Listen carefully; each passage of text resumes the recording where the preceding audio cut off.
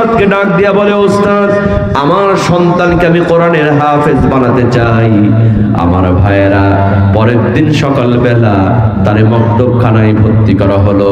ওস্তাদ ফজরের নামাজ পড়ে এসে একটা কায়দা নিয়ে বলতেছে, বাবা ও আব্দুল কাদের, তোমার মা তোমাকে মাদ্রাসায় ভর্তি করিয়েছে, তোমাকে কোরআনের হাফেজ বানাতে চাই, আসো বাবা শুরুতেই মক্তবে তোমারে সবক দিয়া দিই।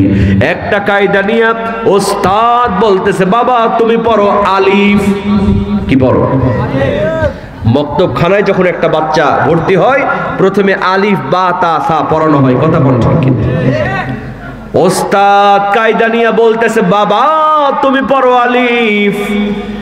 আর ছোট্ট বাচ্চা বড় পীর আব্দুল কাদের জিলানী কোরআন থেকে মুখস্থ পড়া শুরু করে দিয়েছে। আলিফ লাম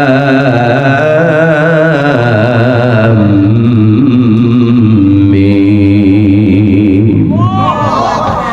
যালিকাল কিতাবু লা রাইবা ফীহি হুদাল লিল মুত্তাকিন আল্লাযীনা ইউমিনুনা বিল গায়বি ওয়া ইউকিমুনাস সালাতা ওয়া মিম্মা রাযাকনাহুম ينفقون والذين يؤمنون بما أنزل إليك وما أنزل من قبلك وبالآخرة هم يوقنون أولئك على هدى من ربهم وأولئك هم المفلحون ছোট্ট বাচ্চা বড় পীর আব্দুল কাদের জিলানী যেমন এরকম করে মুখস্থ কোরআন তেলাওয়াত শুরু করে দিয়েছে, তার ওস্তাদ জুতা ধুইয়া এক দৌড়। কি ধুয়ে দৌড়? জুতা ধুয়ে এক দৌড় মেরেছে। সব ওস্তাদদেরকে ডাক দিয়ে বলে, আজব ঘটনা। সব ওস্তাদটা চলে আসলো। ছোট্ট বাচ্চা বড় পীর আব্দুল কাদের জিলানী পবিত্র কোরআনুল কারীমের এক পারা নয়, দুই পারা নয়, তিন পারা নয়, সব ওস্তাদদের সামনে পবিত্র কোরআনুল কারীমের 18 পারা পর্যন্ত মুখস্থ শোনায় দিয়েছে। তার মাকে ডাক দেওয়া হলো, মা তোমার সন্তান তো 18 পারার হাফেজ, তুমি কেন তাকে মক্তবখানায় ভর্তি করেছো? মা বলতেছে, ওস্তাদ আমার সন্তানকে তো কোনোদিন মাদ্রাসায় পড়াই নাই, আমার সন্তানকে কোনোদিন মক্তবে পড়াই নাই, আমার সন্তান 18 পারা পর্যন্ত মুখস্থ করলো কেমনে? সঙ্গে সঙ্গে ছোট্ট বাচ্চা বড় পীর আব্দুল কাদের জিলানী বলতেছে, মা তুমি আমারে মক্তব পড়ানোই ঠিক আছে, মাদ্রাসায় পড়াও নাই ঠিক আছে মা, ও মা তুমি কিন্তু 18 পারার হাফেজা। সুবহানাল্লাহ কোন? ও মা প্রতিদিন সকালবেলা তুমি 18 পারা পর্যন্ত মুখস্থ তেলাওয়াত করেছো মা, আমি তোমার শিওরে বসে কোরআন তেলাওয়াত শুনতাম, আমার যখন ঘুম আসতো না তুমি আমারে কোরআন তেলাওয়াত করে ঘুম পাড়ায় দিতা মা, তোমার কণ্ঠে কোরআন তেলাওয়াত শুনতে শুনতে আমি 18 পারা পর্যন্ত মুখস্থ করেছি। ওস্তাদ আমার যদি সবক দেয়া লাগে আপনি 19 নাম্বার পারা থেকে সবক দিয়া দেন, জোরে কোন সুবহানাল্লাহ।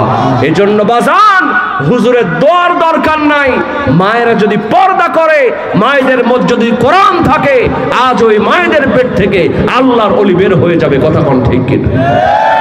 গভীর মনোযোগ মুসলমান। ওই যে মেয়েটি বলতেছে, মনে আছে আপনাদের? ওই যে হযরত ওমর ছদ্মবেশে রাস্তার মধ্যে বের হয়েছে রাতের বেলা, সুবহানাল্লাহ কবেন? মনে আছে? রাস্তার মধ্যে একটা সুন্দরী যুবতী মেয়ে দেখলেন, হযরত ওমর বললেন, মেয়ে কেন তুমি এমন করে আসতেছো রাতের বেলা? তোমাকে তো ধর্ষণ ইফটিজিং করতে পারে। মনে পড়ছে আপনাদের? হযরত ওমর এই কথা বলার সঙ্গে সঙ্গে হযরত ওমর ছদ্মবেশে ছিলেন, মেয়েটি হযরত ওমরকে চিনতে পারে নাই। বলছেন, তুমি কি জানো না এমন একজন রাষ্ট্রপ্রধান আমরা পেয়েছি যার নাম হলো হযরত ওমর, যিনি এই রাস্তা দিয়ে যান শয়তান পর্যন্ত ওই রাস্তা দিয়ে যায় না। হযরত ওমর এমন একজন রাষ্ট্রপ্রধান, কোরআনের আইন দিয়া রাষ্ট্র পরিচালিত করে, এজন্য রাতের বেলা আমাকে একাকী যেতে কোনো ভয় লাগে না। মনে আছে? সেই ওমর বলছেন, নবী আপনি আবু জেহেলের দিকে যাবেন না, আমি ওমরকে পাঠায় দেন, এক থাপ্পড় দিয়ে আবু জেহেলকে দুনিয়া থেকে বিদায় করে দিই। এইখানে লাইট মারতেছ না কেউ? হ্যাঁ, ডিজেল লাইট কে মারতেছে? একটু হাত তুলো তো বাবা, তুলো তুলো, একটু হাতটা তুলো। ওই বাবা, আরে সমস্যা নাই, কিছু বলবো না, একটু হাত উঠাও। এখানে লেজার লাইট কার আছে? হ্যাঁ, কার আছে বাবু? হাত তুলো।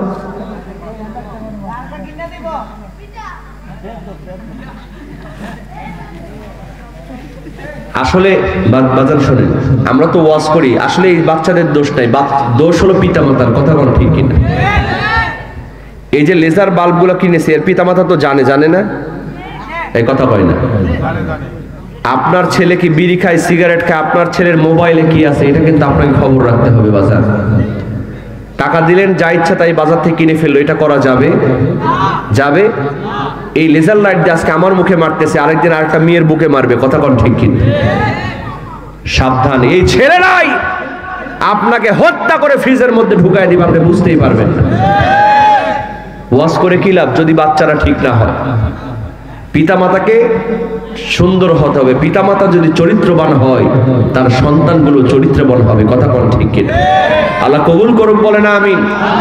আমার ভাইরা, সেই ওমর বলছেন, নবী আপনি আবু জেহেলের দিকে যাবেন না, আমি ওমরকে পাঠায় দেন, এক থাপ্পড় দিয়ে আবু জেহেলকে দুনিয়া থেকে বিদায় করে দিই। মনে আছে আপনাদের? গভীর মনোযোগ মুসলমান,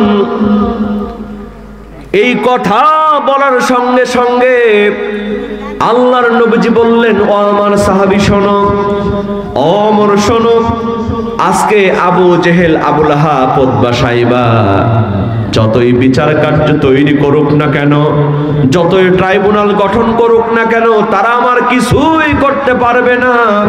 কারণ আমার সঙ্গে আছেন আমার আল্লাহ সুবহানাহু ওয়া তাআলা। আমার সাথে কে আছেন? কে আছেন? আল্লাহ যার সঙ্গে আছেন তাদের কোনো ভয় নাই। কথা বল ঠিক কিনা? আমার ভাইয়েরা, আমরা ধরেই নিয়েছিলাম যে ওই জালিম সরকার 41 সাল পর্যন্ত থাকবে, ঠিক কিনা বলেন? কিন্তু আল্লাহর পরিকল্পনা হলো 24 সালে সাইজ করবে। কথা বল ঠিক কিনা? একজন উপরওয়ালা আছে না নাই? জোরে বলেন, আছে না নাই? গভীর মনোযোগ মুসলমান, আল্লাহর নবীজি বলছেন, ওমর, আবু জেহেল, আবু লাহাব, উতবা, শাইবা আমার কিছুই করতে পারবে না, কারণ আমার সঙ্গে আছেন আমার আল্লাহ সুবহানাহু ওয়া তাআলা। কাউকে যাওয়ার প্রয়োজন নাই। এই কথা বলে আল্লাহর নবীজি ওই যে পত্রখানার মধ্যে চুমু দিয়া বিচার কার্যের দিকে রওনা করলেন। সন্ধ্যাবেলার ঘটনা, আকাশে পূর্ণিমার চাঁদ। আবু জেহেল, আবু লাহাব, উতবা, শাইবা ট্রাইব্যুনাল গঠন করে ওই ট্রাইব্যুনালের মধ্যে কয়টা চেয়ার রেখেছিল? মনে আছে আপনাদের? 2টা চেয়ার রেখেছিল। একটা হলো স্বর্ণের চেয়ার, আর একটা হলো রৌপের চেয়ার। স্বর্ণের চেয়ারে আবু জেহেল ওই বিদেশি বিচারককে বসিয়েছে, আর রৌপের চেয়ারে আবু জেহেল বসে আছে। সামনে শত শত কাফের বেঈমান। আল্লাহর নবীজি ওই বিচার কার্যের দিকে যখন চলে আসলেন, শত শত কাফের বেঈমান, এর মধ্যে থেকে আল্লাহর নবী যখন আস্তে আস্তে করে মঞ্চের দিকে আসতে শুরু করলেন, আবার ভাইয়েরা, ওই বিদেশি বিচারক হাবিব বিন মালিক আল্লাহর নবীজির চেহারার দিকে তাকালেন।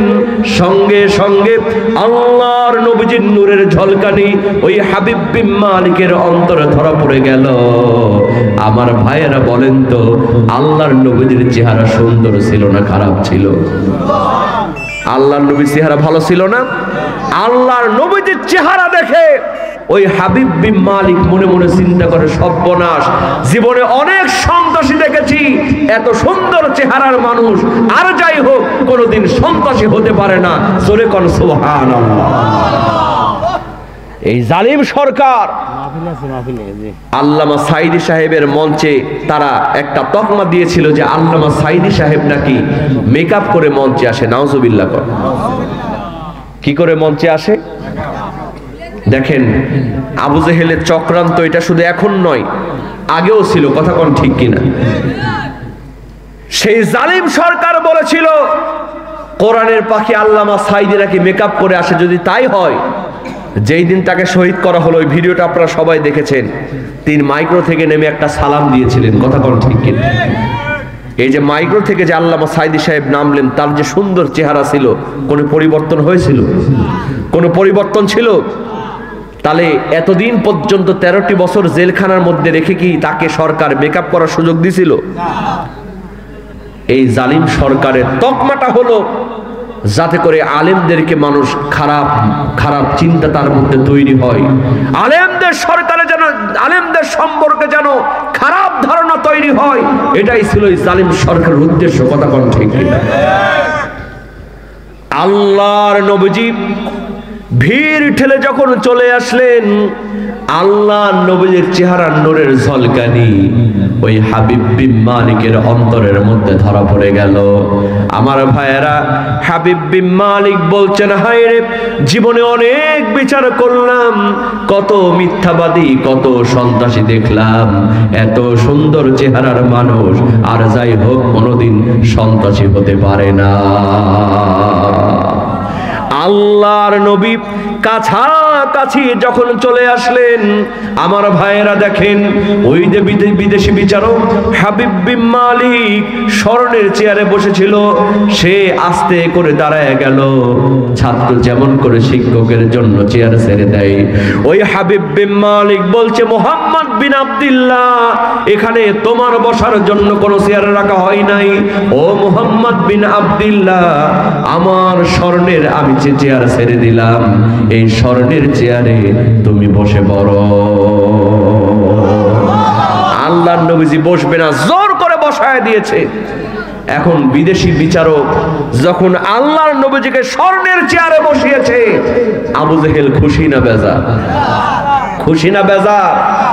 আবু জেহেল রৌপের চেয়ার থেকে দাঁড়ায় কয়, স্যার আপনি আমারটাতে বসেন। বলাও সারা, বসাও সারা। আবু জেহেলের আর চেয়ার নাই। কথা কোন ঠিক কিনা? জোরে বলেন ঠিক কিনা? ওরাও খালি বলতো, খেলা হবে, খেলা হবে, পালাবো না। চেয়ারের মালিক কে? এখন আছে না পালাইছে? কোথায় কালা মানিক, কোথায় কাদের কাকা, কোথায় গেল ওই জালিমের গরম গরম কথা? ঠিক কিনা বলেন? কোথায় কালা মানিক, কোথায় কাদের কাকা, কোথায় গেল ওই নেতাদের গরম গরম কথা? খেলা হবে, খেলা হবে, খেলা হবে বলে কাকাই গেল পালাইয়া, স্বৈরাচার পালাইছে দেশটা ছাড়িয়া, সকলের মুখে হাসি আসলো ফুটিয়া। ঠিক কিনা বলেন? আসল খেলা খেলেন কে? গভীর মনোযোগ মুসলমান। আবু জেহেল বলে, স্যার আপনি আমারটাতে বসেন। বিদেশি বিচারক হাবিব বিন মালিক আবু জেহেলের চেয়ারের মধ্যে বসে পড়ল। আবু জেহেলের চেয়ার আর নাই।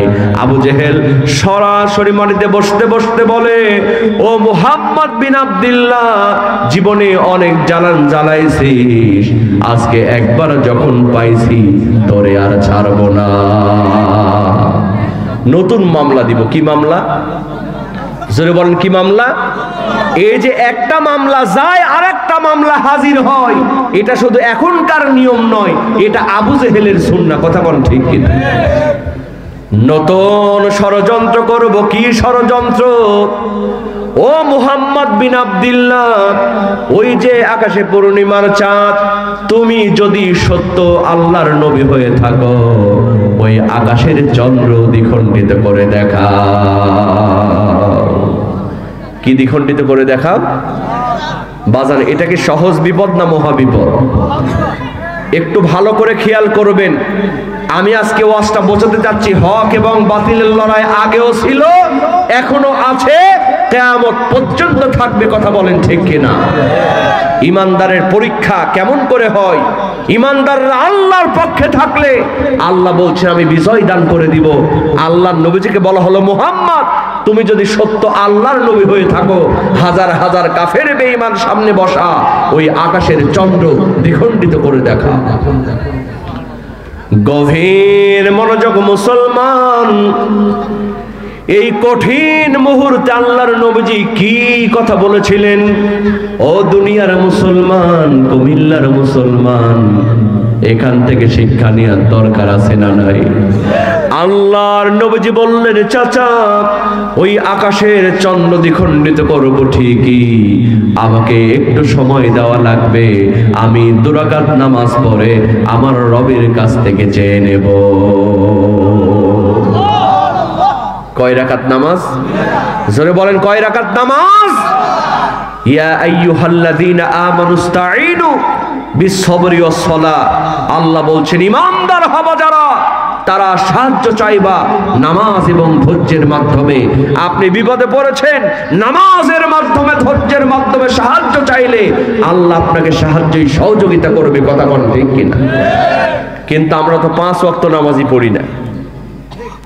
এখানে অনেকেই বসে আছেন, এশার নামাজটা পড়া হয় নাই। সকালবেলা ফজরের নামাজও হবে না। কিয়ামত পর্যন্ত সাহায্য চাইলে সাহায্য কি আসবে? আসবে? আল্লাহ নবীজি কি শিক্ষা দিলেন?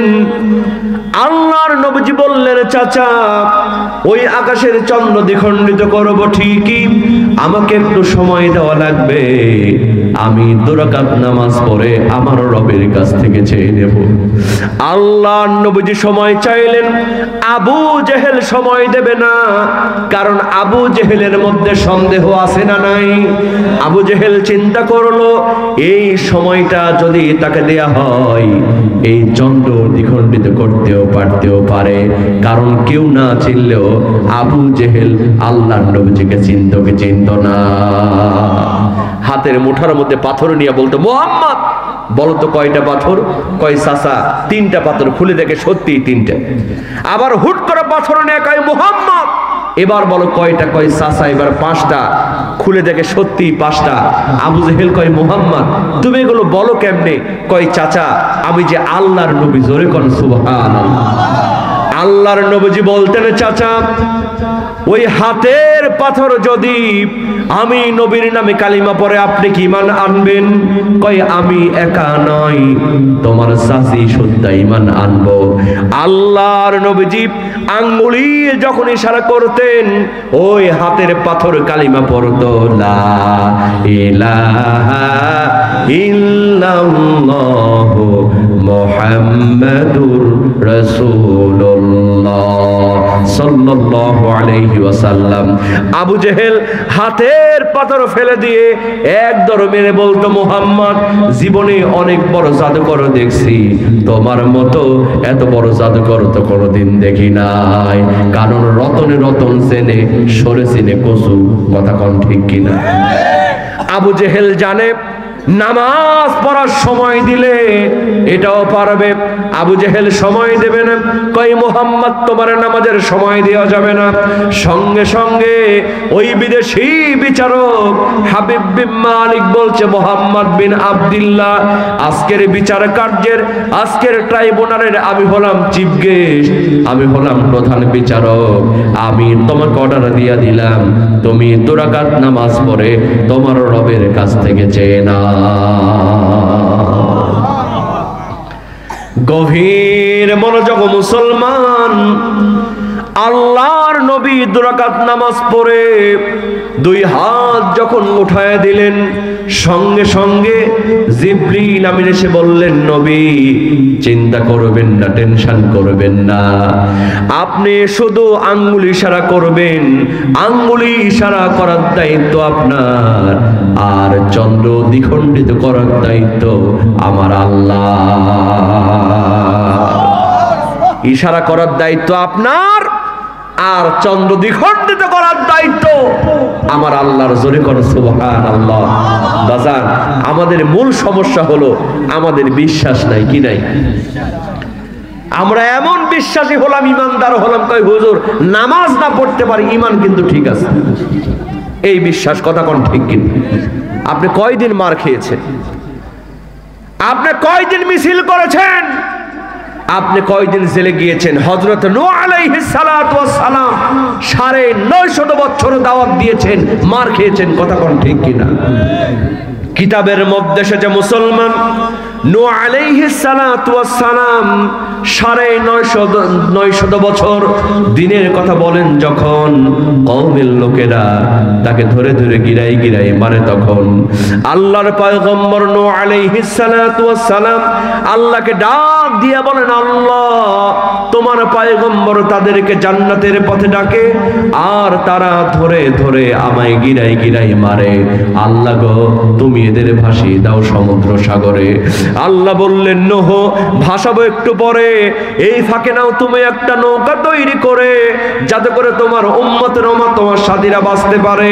আল্লাহর পয়গম্বর নূহ আলাইহিস সালাতু ওয়াস সালাম নৌকা তৈরি শেষ করলেন, যখন কওমের লোকেরা ষড়যন্ত্র করে ওই নৌকার মধ্যে পায়খানা শুরু করলো, তখন আল্লাহর পয়গম্বর নূহ আলাইহিস সালাতু ওয়াস সালাম আল্লাহকে ডাক দিয়ে বললেন, আল্লাহ প্লাবন হবে যখন, এই পায়খানাগুলি পরিষ্কার করবে কে? তখন আল্লাহ বললেন, নূহ চিন্তা করো না, টেনশন করো না, আমার নাম আল্লাহ, আমার সাথে দেয় যারা পাল্লা, আমি আল্লাহ রাখি না তাদের ঘাড়ের কল্লা। একটু চিৎকার দিয়ে বলেন না বাবা সুবহানাল্লাহ। ونُهُ وَمَكَرُوا وَمَكَرَ اللَّهُ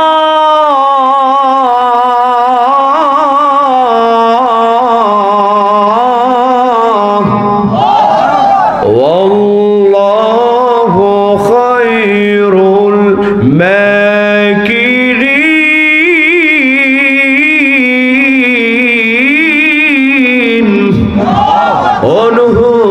ষড়যন্ত্রের ঘুরে ওরাই ওরা, রশি কিন্তু আমি আল্লাহর হাতে ধরা।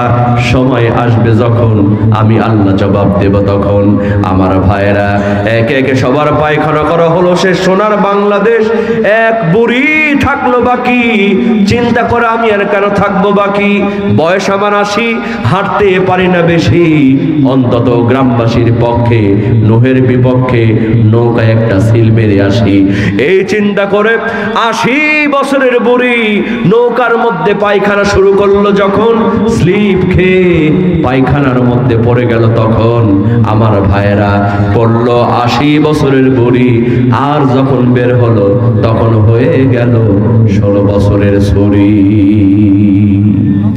এই খবর পৌঁছায় গেল তাড়াতাড়ি। নূহের নৌকার পায়খানা মাখলে যৌবন আসতে যে ফিরি, তোমরা আর কেউ করো না কো দেরি, বোটানিক অ্যারোমা ফেয়ারের লাভলি মনে করে মাখো তাড়াতাড়ি। আমার ভাইয়েরা দেখবেন, বাঙালি ফ্রি পাইলে কোনো হুঁশ পাই না, কথা কোন ঠিক কিনা? এখন যারা পাতলা মানুষ, চিকন মানুষ, এক দৌড় মেরে পায়খানার মধ্যে গিয়ে হাজির, সব পায়খানা মেখে শেষ। এখন যারা মোটা মানুষ, হেলে দুলে সবার পরে নৌকার মধ্যে গিয়া দেখে এক সিটা ফোটাও পায়খানা আর নাই। সুবহানাল্লাহ বাড়িতে গিয়ে এখনো মোটা মানুষ পাতলার কলার ধরে বলতেছে, বেটা আমরা খাইও বেশি, হাগিও বেশি, তোর পায়খানা মাখলি মাখ, আমার পায়খানা গেল কই, তাড়াতাড়ি পায়খানা দে। মোটা পাতলার মধ্যে গন্ডগোল শুরু হয়ে গেল। আল্লাহ বললেন, নূহ তুমি বলেছিলে পায়খানা পরিষ্কার করবে কে? এখন দেখো পায়খানা না পায়া ওদের মধ্যেই গন্ডগোল শুরু হয়েছে। আসলে নূহ ওরা আমার সাথে বেয়াদবি করেছিল ডিজিটাল কায়দায়, আমি আল্লাহ ওদের সাইজ করলাম ফিজিক্যাল কায়দায়। সেই আল্লাহ আছে না নাই? যেই নৌকা নিয়ে তারা নির্বাচন করলো, ওই নৌকার মধ্যে আইনমন্ত্রীকে ধরলো, ঠিক কিনা বলে? সেই নৌকার মধ্যে দরবেশ বাবা, আইনমন্ত্রী দুইজনই পালাতে লাগছিল সদরঘাট দিয়ে।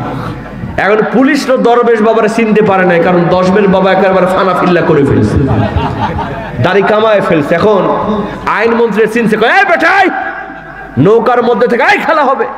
ধরছে, কয় স্যার আমি তো একা ধরলেন, দরবেশ বাবা তো ওখানেই বসা। পুলিশটা এখন খালি খুঁজে দরবেশ কই, দরবেশ তো দাড়ি ছিল, ও তো দাড়ি কামাই, কয় ওই যে দাড়ি কামাইছে ওইটাই দরবেশ বাবা, ওরে ধর, আমি একা মরবো না, ওরে নিয়ে মরবো, তাড়াতাড়ি লোক। তো যেই নৌকা নিয়ে তারা নির্বাচন করলো, সেই নৌকার মধ্যে আইন মন্ত্রীর সাইজ করলো। কথা কোন ঠিক কিনা বাজান? সেই আল্লাহ আজও আছে না নাই? সেই আল্লাহ আজও আছে না নাই? বিশ্বাস করেন মুসলমান, কিন্তু আমাদের বিশ্বাস নাই। কথা কোন ঠিক কিনা? কি নাই? আল্লাহ নবীজিকে বললেন, জিবরিল আমিন বললেন, নবী চিন্তা করবেন না, আপনি শুধু আঙ্গুল ইশারা করবেন, ইশারা করার দায়িত্ব আপনার, আর চন্দ্র দ্বিখণ্ডিত করার দায়িত্ব আমার আল্লাহ। আল্লাহর নবী আঙ্গুলি ইশারা করলেন, চন্দ্র দ্বিখণ্ডিত হতে শুরু করলো। সুবহানাল্লাহ কোন? চাঁদ কাঁপতেছে। আল্লাহর নবীজি বললেন, চাঁদ তুমি কিসের জন্য কাঁপো? চাঁদের জবান খুলে গেল। চাঁদ বলতেছে, নবী আপনি তো শুধু মানুষের নবী নয়, আপনি হলেন আমি চাঁদের নবী। আপনি অর্ডার করেছেন, আপনার অর্ডার পালন করতে গিয়া আমি চাঁদ যদি কোনো বেয়াদবি করি, কাল কিয়ামতের ময়দানে আল্লাহর কাছে জবাব দেয়া লাগবে। ও নবী এজন্য আমি কাঁপতেছি। আল্লাহর নবী বললেন, আর কাঁপা লাগবে না, তুমি আবার মিলিত হয়ে যাও।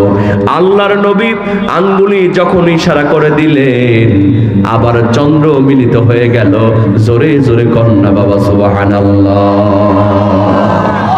এখন আবু জেহেলের কি হলো জানার দরকার আছে না নাই? ওই চোর কিন্তু এখনো চোখের মধ্যে ঢুকে আছে, ঠিক কিনা বলেন? কষ্ট হচ্ছে আপনাদের বাজান? এই মাহফিলের জন্য, এই মাহফিল আজকে খুবই অবস্থা খারাপ। আপনারা কি ব্যাপার, মানুষ এত কম কেন? হ্যাঁ, পালায় গেছে, সব পালাইছে। আচ্ছা আচ্ছা, মাশাআল্লাহ। শোনেন বাজান, আল্লাহর কোরআনে বলছে ভালো সংখ্যক সবসময় কম হয়। কথা কোন ঠিক কিনা? ভালোর সংখ্যা বেশি না কম? এখানে দুইজন হলো যেই ওয়াজ হবে, 2000 মানুষ হলো সেই ওয়াজই হবে। কথা কোন ঠিক কিনা? এটা দেখার বিষয় নয়। একজন মানুষ যদি নামাজি হয়, একজন মানুষের ঈমান যদি পাকাপোক্ত হয়, এই মাহফিল সাকসেসফুল হবে। কথা কোন ঠিক কিনা বাজান? এরকম মাহফিল আগামীতেও হোক, আমরা সবাই চাই কি চাই না? সবাই চাই কি চায় না বাজান? এজন্য এখনো একটু খরচপাতি আছে। আল্লাহ বলছেন, বিআমওয়ালিকুম ওয়া আনফুসিকুম, আগে মাল তারপরে জান। কথা কোন ঠিক কিনা? এই কোরআনের মাহফিলের জন্য, মায়ের জন্য, বাবার জন্য, অনেকের মা চলে গিয়েছে, বাবা কবরে চলে গিয়েছে। হুজুর বাড়িতে অনেক বিপদ আপদ, ব্যবসা করছি বরকত হয় না, চাকরি করছি উন্নতি হয় না, হুজুর আমার জেহেন শক্তি বাড়ায় দেওয়া হোক। আমার মা আজকে কবরে গিয়েছে, বাবা কবরে গিয়েছে, হুজুর আমি মায়ের জন্য, বাবার জন্য কিছু টাকা এই মাহফিলে দিতে চাই। এই 2 মিনিট কালেকশন করে আবু জেহেলের কি পরিণতি হলো, এই বিচার কার্যটা কেমনে হলো, এই কথা বলেই আমরা আজান শুনিয়ে ইনশাআল্লাহ বিদায় নেব ইনশাআল্লাহ। অনেকেই বলেছেন হুজুর আমরা আজান শুনতে চাই। আমি বলেছি আজানও শোনানো হবে ইনশাআল্লাহ। একটু মেহেরবানি করে একটা চাদর দিয়ে দেন নাকি মুরব্বী? চাদর নিয়ে চলে যান। আর 1000 টাকা, 2000 টাকা, 5000 টাকা, কারো যদি মনে হয় হুজুর আমার মা কবরে আছে, আমার বাবা কবরে আছে, হুজুর মায়ের জন্য, বাবার জন্য 1000 টাকা আমি দান করলাম, 2000 টাকা আমি দান করলাম, এরকম কেউ যদি থাকেন আল্লাহর ওয়াস্তে মঞ্চে সে নামটা বলবেন। এটা খুব তাড়াতাড়ি করতে হবে। এমন মরণ মাওলা তুমি কাউকে দিও না, এমন মরণ মাওলা তুমি কাউকে দিও না। গুনাহ থেকে তোমার কাছে চাইতেছি পানা, আল্লাহ গুনাহ থেকে তোমার কাছে চাইতেছি পানা। এমন মরণ মাওলা তুমি কাউকে দিও না। বলেন এমন মরণ মাওলা তুমি যে মরণ হওয়ার আগে ছাড়তে হবে ঘর, মরণের শুনলে কথা আপন হয় যে পর, যে মরণ হওয়ার আগে চিকিৎসাও নাই, রেখে আমায় জেলখানাতে সব যাবে পালায়। শেষ দেখাটা মা বাবা সন্তানেও দেখে না, আল্লাহ শেষ দেখাটা মা বাবা সন্তানেও দেখে না, এমন মরণ মাওলা তুমি কাউকে দিও না, বলেন এমন মরণ মাওলা তুমি। যে একটু মেহরবানি করে মায়ের জন্য বাবার জন্য সবাই সেই ব্যাগে দিয়ে দেন, কেউ মাহরুম হবে না, একটা টাকা হলেও আপনারা সেই ব্যাগের মধ্যে দিবেন। গভীর মনোযোগ মুসলমান, ইসলামের জন্য কোরআনের জন্য দান করলে আল্লাহ খুশি হয় না বেজার হয়? হুজুরকে খাওয়ায়া কোনোদিন খুশি করতে পারবেন না, দুনিয়ার চেয়ারম্যান মেম্বারকে খাওয়ায়া খুশি করতে পারবেন না, কিন্তু মা বাবার জন্য আপনি খরচ করেন, লক্ষ লক্ষ টাকা খরচ করার প্রয়োজন নাই। বাজার থেকে একটা কমলা লেবু কিনেন, বৃদ্ধ মায়ের কাছে চলে যান, মা কতদিন তোমার খবর নিতে পারি না মা, ও মা আজকে তোমার জন্য একটু মনটা কাঁদতেছে মা, বাজার থেকে একটা 50 টাকা দিয়ে কমলা লেবু নিয়ে আসছি মা। এই কথা বলে কমলাটা ছেড়ে আপনার মায়ের মুখে উঠায় দেন।